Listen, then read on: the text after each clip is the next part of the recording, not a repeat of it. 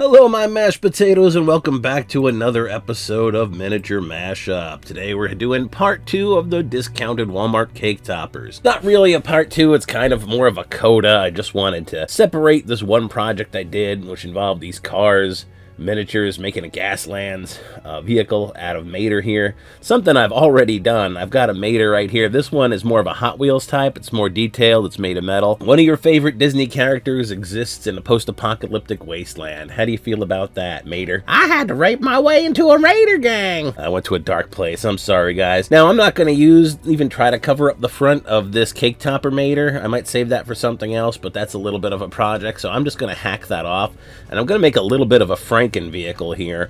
I've got kind of a Grand Prix racer that's also plastic. You know, a lot of people work with the Hot Wheels that are made with die-cast metal.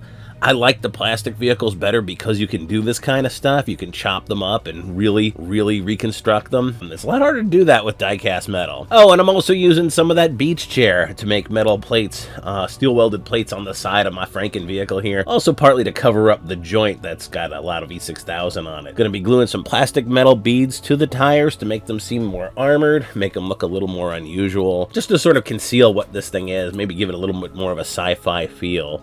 And I've got a giant sack of these metal beads, and I like using them up. What do I call them? Metal beads? Jewel beads. They're plastic. Big one in the front, little one in the back on these wheels. Gives this vehicle a really wacky look, but it works for what it is. Now, this plastic here, I use this a lot in my Deadlands vehicles. It actually came out of an air conditioner, so that's what this is. I believe it used to hold in the air filters. I've got a bunch of it, and it really works great for sort of post-apocalyptic stuff. I'm going to glue some of this on the front, and that's where we're going to mount our big cannon. I'm also going to chew up the front of it a little bit. There's a little bit of a window, a windshield in the front. I'm just eating that up with my Dremel engraving tool here. I got the large tool, and it comes out nice and neat. At the end of the day, once this thing's all painted, you actually can't really see where I got in there with the Dremel tool anyway, but if you look, it's just a little added detail. It was a little too toy-like, too smooth, and I wanted to make it look a little busted up. That plastic grating right over it. This gun was a special straw that had some kind of strawberry powder in it, so when you drank milk, you would make it strawberry milk. And that orange piece is a Construx, and I'm just putting another jewel bead on top of that. Looks a little neat when it's not painted, but once it's painted up, I think the whole thing comes across quite nicely. Really cool vehicle for Gaslands. And one of the things I like about this is, as you can see, it's perfectly in scale with Gaslands. Certainly it would have to be a tank, I think, because it is a little bit large and extremely armored. But also makes a really good grot cannon, too. Here it is with some older Zap guns. The newer guns for Gretchen and 40K are much bigger. They're more like this one I just made. So for friendly games, I got an extra gun for them, too. So that's a cool bonus. Thanks again to my special sponsors who give money to my GoFundMe campaign. Of course, you can be one of them. Get your name here at the end of my videos, right before the stand-up comedy. Come check us out on Facebook, like us on Facebook. It's a great way to stay in touch with me and see what's going on in my world. And now, guys, I've got some stand-up comedy. If there are kids in the room, go ahead and turn this video off or get them out of here.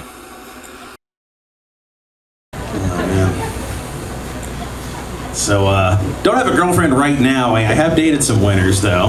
I did date an anorexic for a while, which weren't a lot of clues, you know, but I guess I should have known. No normal girl's ass is that delicious.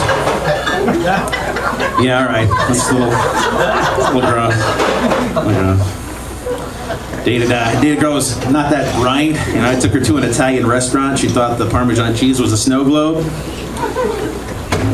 I ordered my pasta al dente. She's like, "Is that like pasta boiarde?"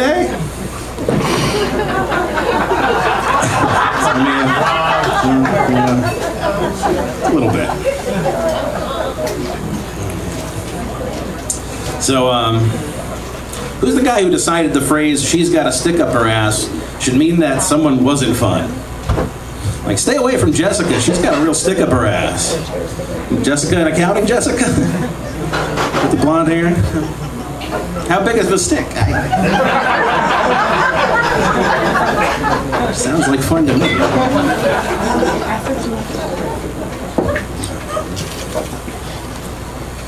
So, I was talking about Walmart earlier. You know, Walmart, they drug test to work at Walmart, which, why? Why? What part of working at Walmart requires sobriety? I think, you know, I feel like that 99-year-old greeter needs to eat half a pharmacy just to sit upright in her wheelchair, right? Like, she's ripping a bong on Saturday night. God bless her. Right? Let her do it. Jeez Louise. But other than that, I don't know. And sometimes when you're at Walmart, you see people making bad fashion choices, right? You see people about my size wearing belly shirts, maybe, like tube tops. You know, I put some guidelines together. I think if you think your new tube top is going to impress everybody down at the Golden Corral, maybe don't get one. You've ever squeezed the cream of 3 or more double stuffed Oreos together and said, you know, technically I'm only eating 1 cookie.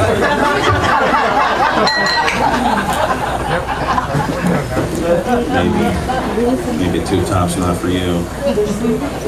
And I know you're all looking at this and thinking like, well, who are you to talk? And I get that. I wouldn't never wear something like that. If I wore a tube top, it'd look like a bandana on a bear's ass. I'm not trying to inflict that pain on the world.